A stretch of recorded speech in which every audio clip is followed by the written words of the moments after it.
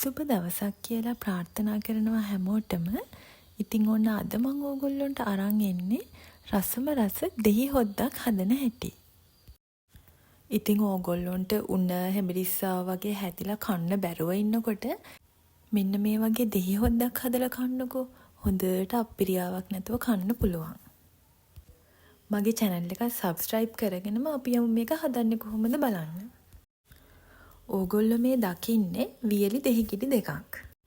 හොඳට ඉදිච්ච දෙහි ගෙඩි ටිකක් වෙලා හොඳින් තම්බන්න ඕන. ඊට පස්සේ අවුවේ හොඳින් මේ විදිහට වේල ගන්න ඕන. දෙහි ගොඩක් තියෙන කාලෙට, ගණන් අඩු කාලෙට අපිට මේ විදිහට වේලලා කල් තියාගන්න පුළුවන්. ඉතින් මටත් මේක කියලා දුන්නේ අපේ කිරි අම්මා. මුලින්ම අපේ වියලාගත් දෙහි ගෙඩියක් අරන් 4ට විතර පළලා ඒක මේ වගේ වතුර භාජනයක දාලා තියන්න ඕන විනාඩි 10ක් 15ක් විතර. එතකොට ඒක හොඳට පෙඟෙනවා. මම මෙතන එක දෙහි ගෙඩියයි අරන් තින්නේ මොකද හොඳට ඇඹුල් තියෙනවා මේ දෙහිවල. මේ ඕගොල්ලොන්ට පේන්නේ විනාඩි 10කින් 15කින් දෙහි එක පෙඟුනට පස්සේ. දැන් අපි බලමු මේ හොද්ද හදන්න මොනවාද ඕන කරන්නේ කියලා. මම මෙතනදී අරන් තියෙනවා අපි අර කලින් විනාඩි 10ක් 15ක් විතර පොඟව ගත්ත වියලි දෙහි ගෙඩිය.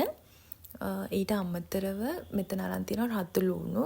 මම මෙතන ගත්ත ගෙඩි 5ක් 6ක් විතර ගත්තා. ඇත්තටම බී ලුණු වලට වඩා රතු ලුණු දානකොට හරිම රසයි හොද්ද. ඊළඟට මම අරන් තියෙනවා කරපිංචයිති 2ක් විතර. රම්පේ ඒ වගේම අවමිරිස් කරල් 3ක් විතර ගත්තා. ඊළඟට කහ කුඩු, රසායනික ලුණු කුඩු, උළුහාල් සහ සූදුරු අරන් තියෙනවා. මෙතන මම පොල් කිරි අඬු කෝප්ප 2ක් විතර අරන් තියෙනවා.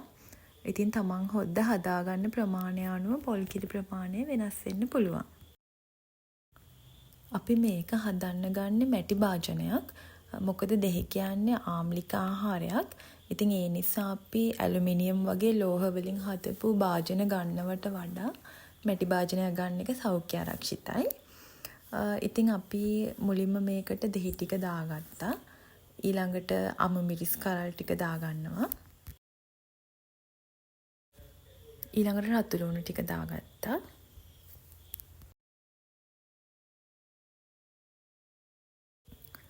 රම්පෙ සහ කරපිංචත් දාගමු. මතක තියාගන්න අපි තවම ඇතිලිය රිපෙන් තිබ්බේ නැහැ. ඊළඟට උළුහාල් ටික දාගමු. ඊට පස්සේ සූදුරු.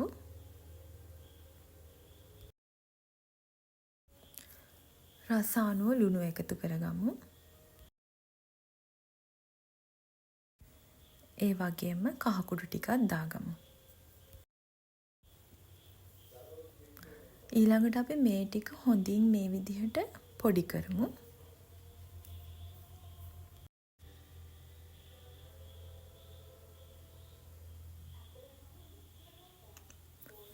පොඩි කරාට පස්සේ අපිට මේ විදිහට තමයි ඒක පේන්නේ. ඊළඟට අපි පොල් කිරි ටික එකතු කරගමු.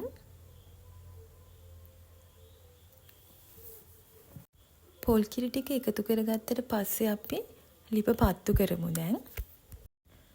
වැඩි ගින්දරක් නැතිව, මද ගින්දරක් නැතුව සාමාන්‍ය ගින්දරේ තමයි අපි මේ හොද්ද හැඳි ගන්න ඕන.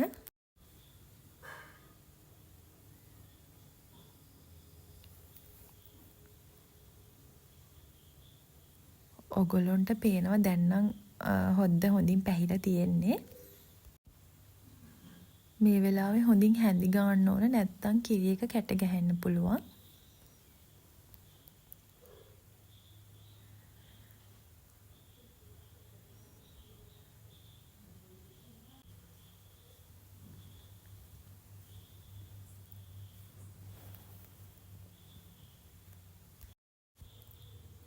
මේ විදිහට හොඳින් විනාඩි 10ක් 15ක් විතර හොද්ද හැඳි ගන්න ඕන. මේ වෙලාවේ හරියම සුවඳයි මේක හදනකොට. උණ හැදිලා කන්න බැරුව ඉන්න කෙනෙක්ට උනත් මේකත් එක්ක හොඳට කන්න පුළුවන්. පාන් කන්නත් හරිම රසයි මේ හොද්ද. ඉතින් ඕගොල්ලොත් මේක හදලා බලන්න. අනිවාර්යෙන් කමෙන්ට් එකකුත් දාන්න රසයිද කියලා. ගිහින් එන්නම්. හැමෝටම සුබ දවසක්.